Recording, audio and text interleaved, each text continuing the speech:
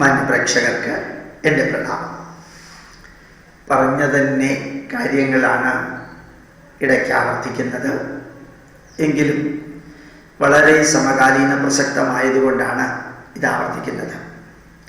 സമ്പത്ത് നന്മയ്ക്ക് ഉപയോഗിക്കുന്നത് പോലെ തന്നെ സമ്പത്ത് തിന്മയ്ക്കും ഉപയോഗിക്കാം. കൊട്ടേഷൻ സംഘം പ്രവർത്തിക്കുന്നത് മുഴുവനും സമ്പത്ത് ലക്ഷ്യമിട്ടുകൊണ്ടാണ്. കള്ളക്കടത്ത് നടത്തുന്നത് മുഴുവനും സമ്പത്ത് ലക്ഷ്യമിട്ടുകൊണ്ടാണ്. MBBS, MS, MD പഠിച്ച ഡോക്ടർമാരിൽ ധാരാളം വ്യക്തികൾ ഇന്ന് പല ടെസ്റ്റുകൾ, MRI സ്കാനിങ്ങും CT സ്കാനിങ്ങും വേണ്ടതും വേണ്ടാത്തതുമായിട്ടുള്ള ടെസ്റ്റുകളെല്ലാം എഴുതി കൊടുക്കുന്നതും സമ്പത്ത് ലക്ഷ്യമിട്ടുകൊണ്ടാണ്. കള്ളനോട്ട് അടിക്കുന്നതും വിതരണം ചെയ്യുന്നതും 100% തെറ്റാണെന്നറിഞ്ഞിട്ടും കുറ്റകരമാണെന്നറിഞ്ഞിട്ടും അതിന് പലരും ഒരുപ്പെടുന്നതും സമ്പത്ത് ലക്ഷ്യമിട്ടുകൊണ്ടാണ്.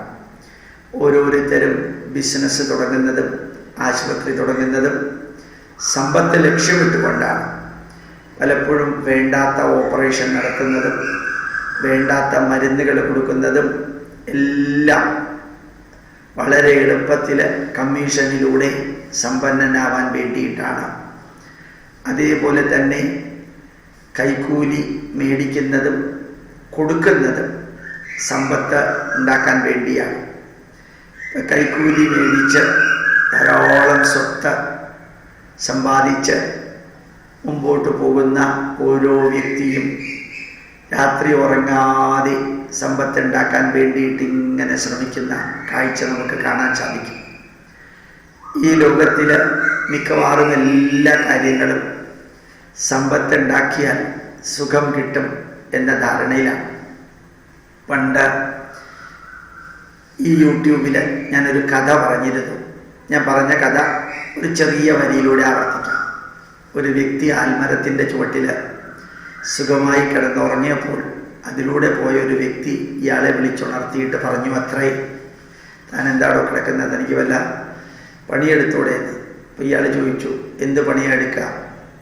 വന്ന ആൾ പറഞ്ഞു, കുറേ ആലോചിച്ച് പറഞ്ഞു, ഈ പ്രദേശത്ത് ധാരാളം മരങ്ങളുണ്ടല്ലോ, മരങ്ങളുടെ ഉണങ്ങിയ കമ്പുകളെല്ലാം താഴെ വീഴുന്നത് കാണാമല്ലോ, ഒരു കാട് മാതിരിയുള്ള പ്രദേശമല്ലേ.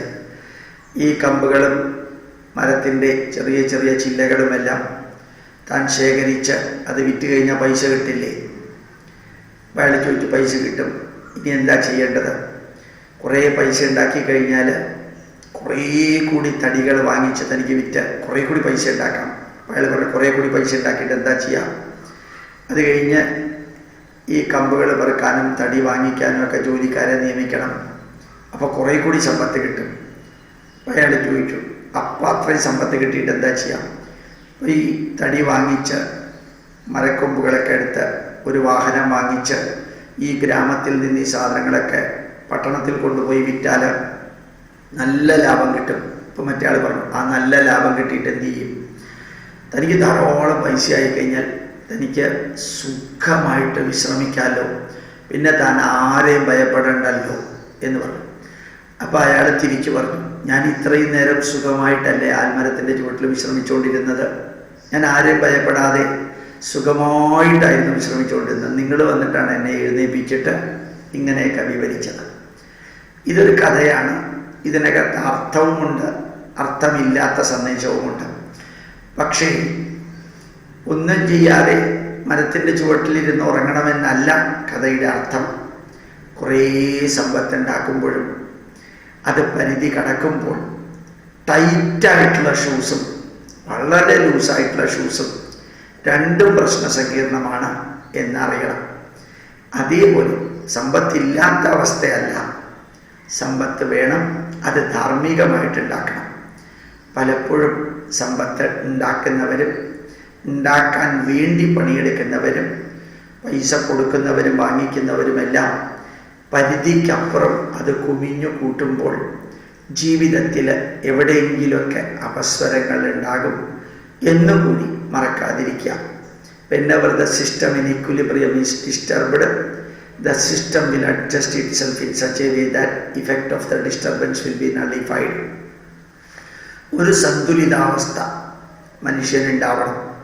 ആരോഗ്യത്തിൻ്റെ കാര്യത്തിലും വീക്ഷണത്തിൻ്റെ കാര്യത്തിലും ജീവിതത്തിൻ്റെ കാര്യത്തിലും ആഡംബരത്തിൻ്റെ കാര്യത്തിലും നമ്മുടെ ചിന്തയുടെ കാര്യത്തിലും നമ്മുടെ പ്രവൃത്തിയുടെ കാര്യത്തിലും വരവിൻ്റെ കാര്യത്തിലും ചെലവിൻ്റെ കാര്യത്തിലും എല്ലാത്തിലും ഒരു സന്തുലിതാവസ്ഥ, ഇക്വിലിബ്രിയം ഉണ്ടാവണം. ആ ഇക്വിലിബ്രിയം എവിടെയെങ്കിലുമൊക്കെ താറുമാറാവുമ്പോൾ അത് ചിലപ്പോൾ പരിഹരിക്കാൻ പറ്റാത്ത അത്രയും അധികം പ്രശ്നങ്ങളിലേക്ക് നമ്മൾ ചെന്നെത്തും. പണ്ട് കേരളത്തിൽ എത്ര ആശുപത്രികൾ ഉണ്ടായിരുന്നു, എത്ര മെഡിക്കൽ ഷോപ്പ് ഉണ്ടായിരുന്നു, എത്ര ഡോക്ടർമാരുണ്ടായിരുന്നു, എത്ര സർജറി നടത്തിയിരുന്നു, എത്ര വ്യക്തികൾ എത്ര മരുന്ന് കഴിച്ചിരുന്നു. ഇന്ന് എത്ര ആശുപത്രികളുണ്ട്, എത്ര മെഡിക്കൽ ഷോപ്പുണ്ട്. ഇതെല്ലാം ഒന്ന് ചിന്തിച്ചു നോക്കാം.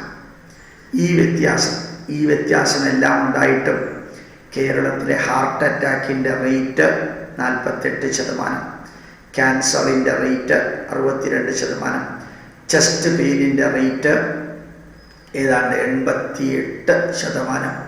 അപ്പോൾ പണ്ടുള്ളതിനേക്കാൾ ഒരു പക്ഷേ വളരെയധികം ടെൻഷനും കഴിക്കുന്ന ഭക്ഷണത്തിലെ വിഷാംശവുമെല്ലാം നമ്മളെവിടെ ചെന്ന് കൊണ്ടുവന്ന് എത്തിക്കുന്നു.